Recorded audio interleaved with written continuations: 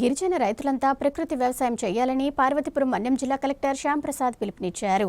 ఆదివారం వ్యవసాయమే ప్రధాన ఆధారంగా జీవిస్తున్న గిరిజన గ్రామం గొరడలో కలెక్టర్ పర్యటించారు. గిరిజనులతో కలిసి వరి నాట్లు వేశారు. జట్టు ఆశ్రమ నిర్వాహకులు పారినాయుడు ఈ కార్యక్రమంలో పాల్గొన్నారు.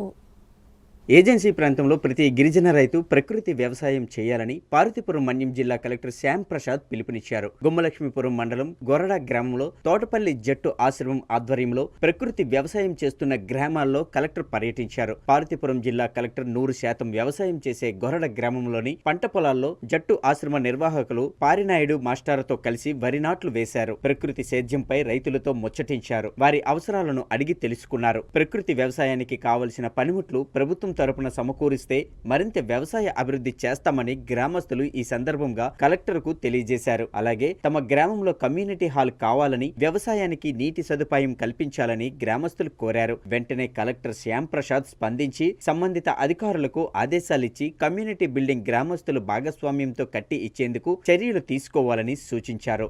ప్రకృతి వ్యవసాయానికి ప్లాస్టిక్ డ్రమ్ములు వంటి పరికరాలు అందిస్తామని చెప్పారు. ఈ కార్యక్రమంలో వెలుగు సిబ్బంది, వ్యవసాయ శాఖ సిబ్బంది, జట్టు ఆశ్రమం సిబ్బంది, గ్రామస్తులు పెద్ద ఎత్తున పాల్గొన్నారు.